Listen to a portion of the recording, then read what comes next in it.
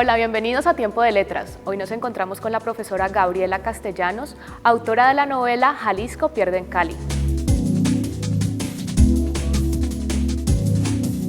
¿Qué sentido tiene el inicio de esta historia en el que se desarrollan escenas en las que hay un conflicto entre estudiantes de la Universidad del Valle y el Ejército?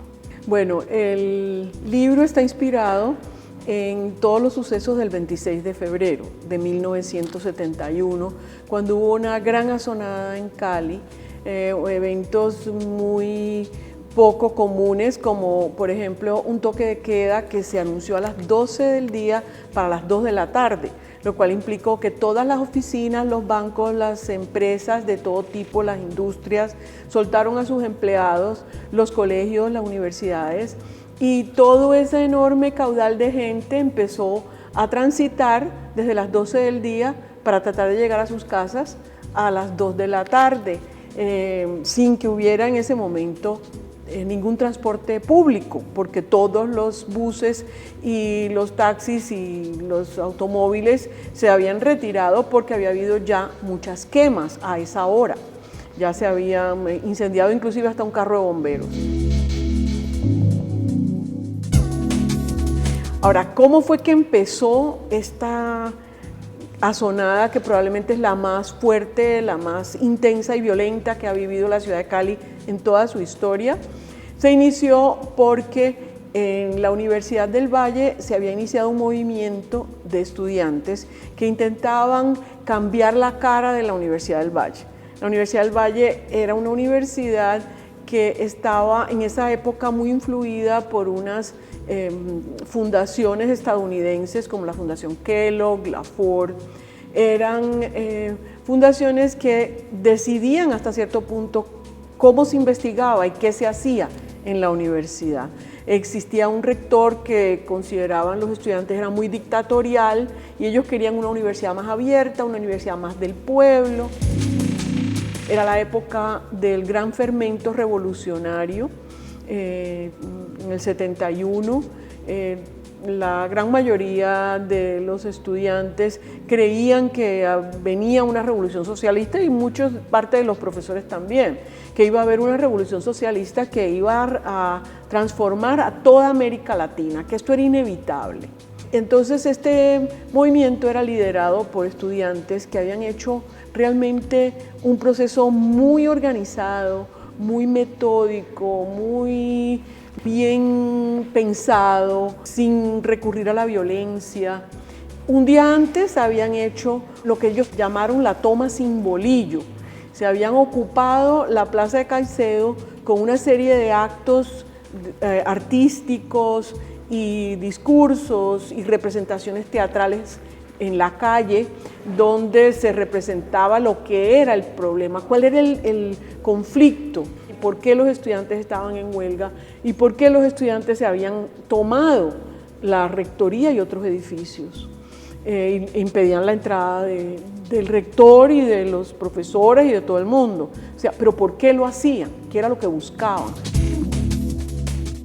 Ese día de la toma sin bolillo, que fue 2 días antes de los sucesos que narra la novela, se había congregado una gran cantidad de personas en la Plaza de Caicedo y había habido como una especie de empuje propagandístico a favor de lo que estaban haciendo los estudiantes, a pesar de que el país y otros medios de comunicación los estaban castigando y los estaban tratando de desprestigiar.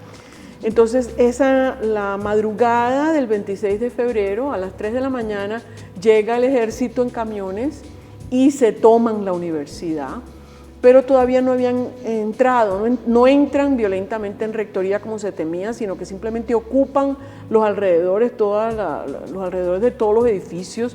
En ese momento la Universidad del Valle solamente estaba en San Fernando, no existía la ciudad universitaria en Meléndez todavía.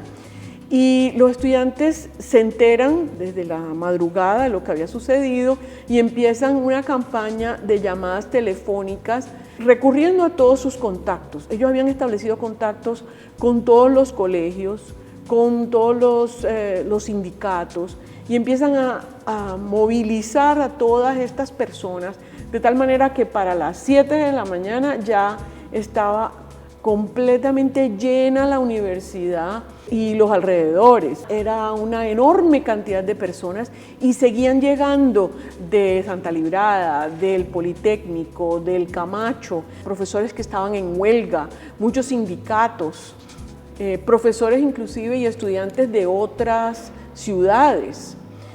Esta enorme masa de personas estaban pensando qué hacer. Se produjo eventualmente una pedrea y en medio de esa pedrea un soldado dispara y mata a Edgar Mejía Vargas, a quien conocía todo el mundo como Jalisco, y eso desencadena esa asonada de que les hablo. ¿Quién era Edgar Mejía Vargas?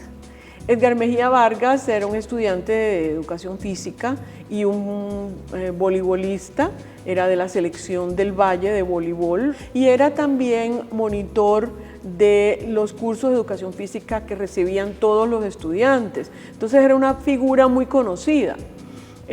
Cuando matan a Jalisco, toda esa enorme cantidad de gente se vuelca hacia la ciudad y empieza a haber quemas de vehículos, empieza a haber pedreas contra la policía. Ellos se dirigen hacia la Plaza de Caicedo y hay una gran batalla en los alrededores de la Plaza de Caicedo, pero también alrededor del Camacho, en la 13, cerca donde estaba en Sirva, alrededor de Santa Librada. O sea, en muchos puntos de la ciudad se producen batallas campales, desde el Parque del Perro hasta el barrio La Isla.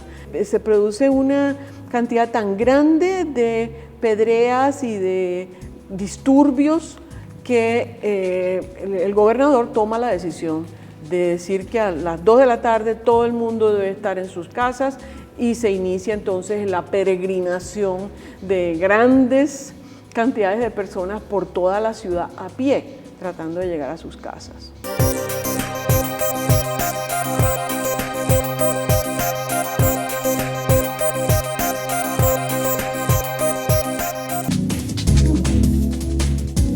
Ciencia y religión, reflexiones en torno a una racionalidad incluyente. Autores Luz Marina Duque Martínez y Lady Marcela Orozco. Recoge los trabajos de varios integrantes del grupo de investigación Religiones, Creencias y Utopías de la Universidad del Valle, así como de otros investigadores pertenecientes a otros grupos de investigación de nuestro país.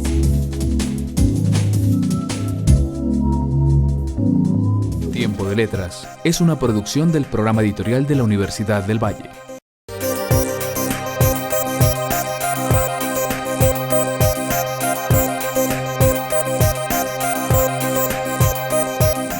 Los conceptos de la estética posmoderna, una aproximación analítica.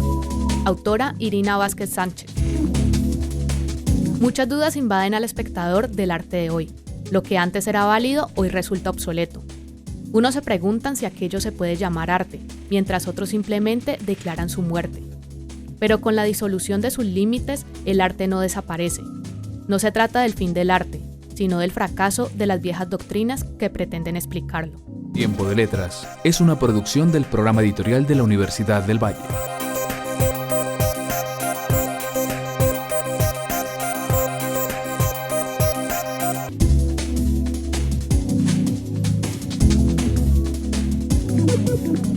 ¿Cómo distinguir los límites entre la ficción y la realidad? En realidad esta novela no es una novela histórica. Mi objetivo no es narrar los hechos tal como sucedieron. Lo que yo me propongo es crear un universo ficticio, una Cali donde aparezcan personajes de distintas capas sociales, desde las más altas personas de la burguesía caleña hasta gamines, pasando por toda la gama en el medio. Representar una Cali tal como la vivimos algunas personas en ese momento, una Cali atravesada por el fermento revolucionario, donde se creía que la revolución socialista era inminente. Crear con todos estos elementos un universo nuevo, un universo de ficción, pero una ciudad que sea una ciudad hasta cierto punto con todas las complejidades de una ciudad real. ¿Cuál es la historia que encontramos entonces aquí y cuáles son los personajes que se construyen? Es la historia sobre todo de varios personajes estudiantes que eran parte del movimiento estudiantil. Está Catalina, que es una estudiante de literatura, y los dos hombres que están girando en torno a ella, que también son dirigentes del movimiento, Marcos y Pacho. Uno, un hombre que su origen es de pueblo, es un hombre que vive en un barrio obrero, hijo de madre soltera, de madre desplazada por la violencia de los años 50, y por otro lado Pacho, que es hijo de uno de los abogados más prominentes de Santiago de Cali, un hombre de la alta burguesía. Estos son los dos personajes que pretenden hasta cierto punto a Catalina, y son los conflictos de ella. Ella no se acaba de decidir por realmente enamorarse hacia quien más se siente atraída es hacia Marcos, y es toda la relación entre ellos y todo su proceso sexual, su proceso psicológico, los conflictos de clase y los conflictos políticos, cómo los afectan en su vida más íntima, más personal. Y por supuesto están otros personajes, desde Tina, que es una mujer de la alta burguesía que vive en Pance, que está tratando de preparar una cena muy rimbombante en su casa, con invitados de la burguesía caleña, hasta dos gamines que están transitando por la ciudad en busca de robar algo para poder comprar droga. Está Sor Juana, que es una monja y que está tratando de saber dónde está Marcos, también porque la mamá de Marcos lo busca, y es todo el transitar de esos personajes durante todo el día por la ciudad.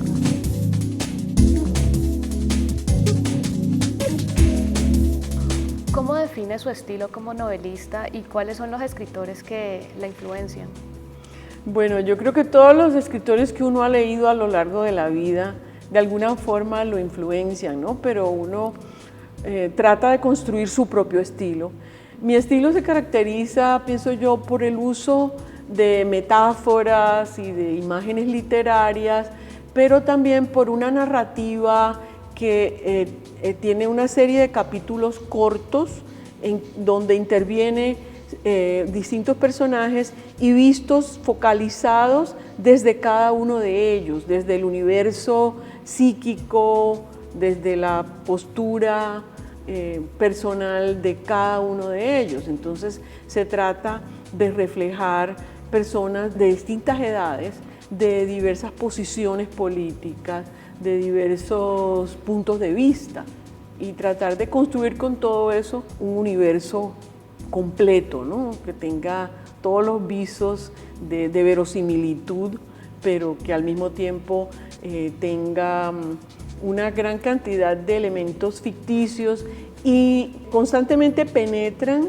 en la historia pequeñas viñetas sobre el pasado de Cali, que van desde la época muy remota de los inicios de la ciudad, de cuando estaba habitada por indígenas y todavía no habían llegado los españoles. Hay pequeñas viñetas, ¿sí?, que reflejan momentos de la historia de Cali que de algún modo siguen vigentes. O sea, de algún modo cada una de esas historias de siglos atrás o 20 años atrás o un siglo atrás, cada una de esas historias ha dejado una huella en la ciudad y ha contribuido de alguna manera a producir fuerzas que están interactuando en ese momento, en ese día del 26 de febrero de 1971. En esta novela encontramos unos personajes que tienen una marcada posición política y una crítica sobre la sociedad. Háblenos un poco sobre esto. Y en esa época existía la casi seguridad, la convicción en muchas personas de que la revolución socialista iba a arrasar con todos los regímenes de toda América Latina, se iba a instaurar en todos los países. Había guerrilleros en distintas partes del continente y había lucha contra dictaduras, o sea, era un momento de fermento.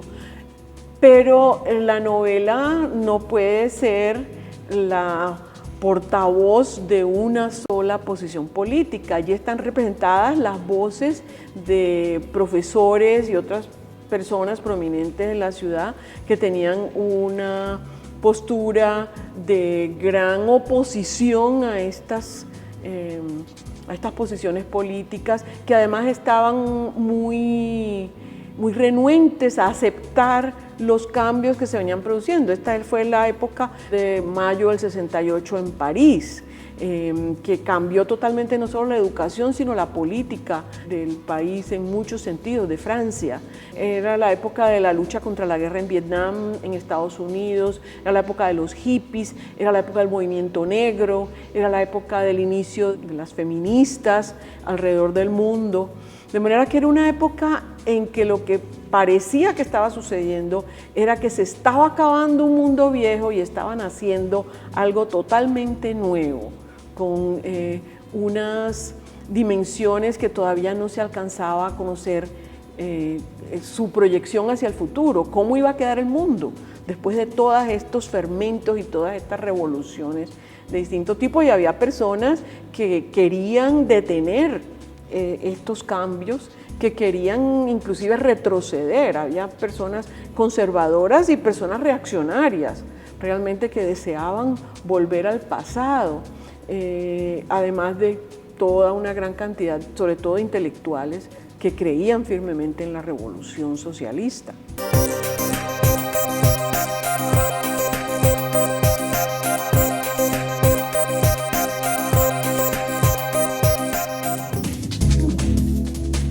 El puerto, memoria gráfica de Buenaventura. Autor Fabio Martínez. En el año de 1938, durante el gobierno del presidente Eduardo Santos Montejo, un grupo de amigos que reunían en un pequeño café de Buenaventura decidieron fundar el periódico El Puerto. A partir de este momento, la publicación comenzó una interlocución con los gremios de la ciudad, con el sector político y con la ciudadanía en general. Tiempo de Letras es una producción del programa editorial de la Universidad del Valle.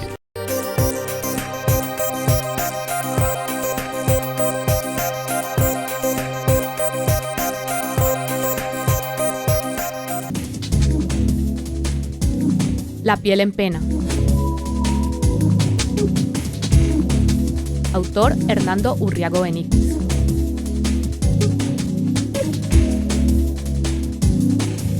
En los poemas de La piel en pena, la palabra poética se muestra minada, cuando no en perenne agonía, por un sentimiento de derrota, signo esencial del poeta moderno, heredero de la tradición a la intemperie.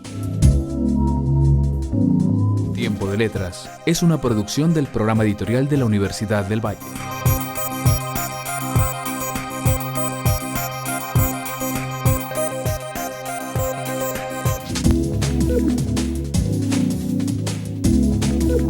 Yo nací en Santiago de Cuba, viví allí hasta los 15 años.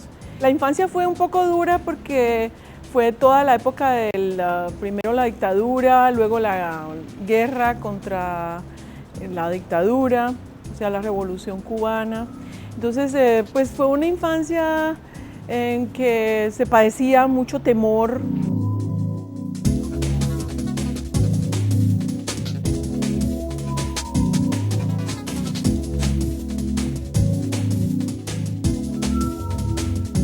Primero, había un gran temor a hablar. Todo el mundo hablaba en contra de Batista, pero no se atrevía a hablar abiertamente. Había mucho temor de que podían coger preso a alguien simplemente por haber hecho un comentario en contra del régimen. Y ese temor llega a influir en todas las personas en una familia, ¿no? Inclusive a los niños. Llegó un momento en que ponían bombas, el movimiento M26, 26 de julio, ponían bombas.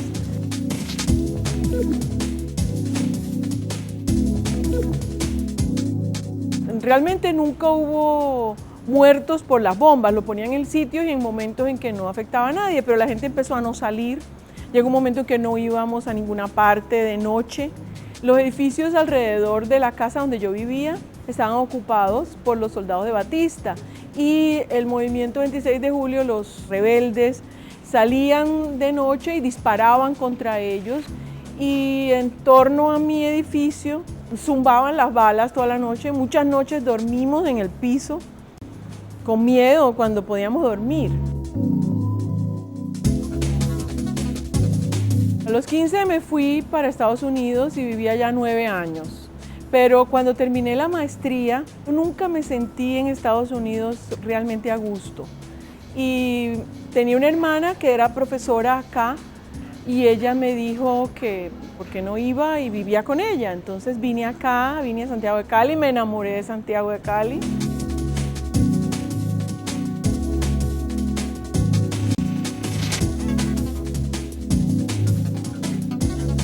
De Cali me encantó el clima, me encantó la gente, me encantó todo el paisaje urbano, parecido a Santiago de Cuba en ciertos lugares. Me encantó la proximidad de las montañas.